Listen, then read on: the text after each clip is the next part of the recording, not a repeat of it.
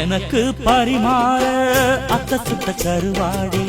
பசிக்கு உதவாம பண்ணுறிய பெரும்பாடே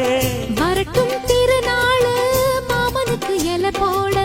பழுத்த பழத்துலதான் வண்டு வந்த தொழ போட நாளு என்னடி நாளு சட்டென்று சம்மதம் கூறு தோளு ரெண்டையும் சேர்த்து